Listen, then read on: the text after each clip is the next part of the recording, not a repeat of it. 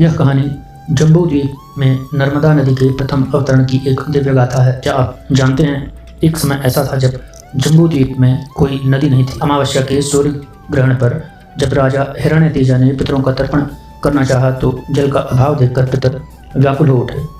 पितरों ने कहा, बिना नर्मदा के हमारी मुक्ति संभव नहीं है। अपने पूर्वजों के उद्धार के लिए राजा हिरण्यतेजा ने राजपाट त्याग दिया। 14,000 दिव्य वर्षों तक उदयांचल पर्वत पर केवल कंदमूल खाकर भगवान शिव की घोर तपस्या की। उनकी भक्ति देखकर स्वयं महादेव प्रकट हुए।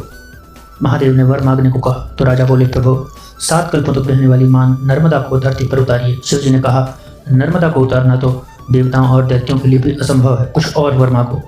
लेकिन राजा अपने निश्चय पर अडिग रहे। राजा के अडिग संकल्प को देखकर महादेव ने नर्मदा का आह्वान किया। मां नर्मदा मगर पर सवार होकर प्रकट हुई। उन्होंने पूछा, प्रभु मैं बिना आधार की धरती पर आखिर कैसे उतरूं? मेरा वेग कौन सहेगा? मेरु व कैलाश जैसे विशाल पर्वतों ने भी नर्मदा के वेग को थामने में असमर्थता जताई।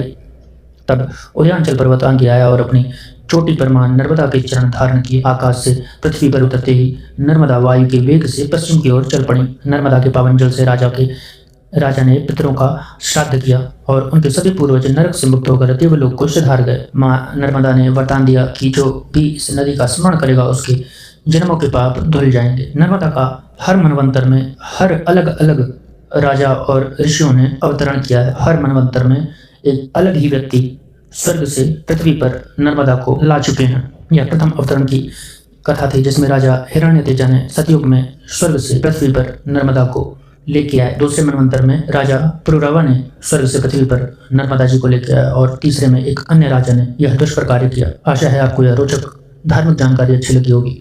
ऐसे ही धार्मिक ज्ञान को प्राप्त करने के लिए हमसे जुड़े रहें। धन्यवाद।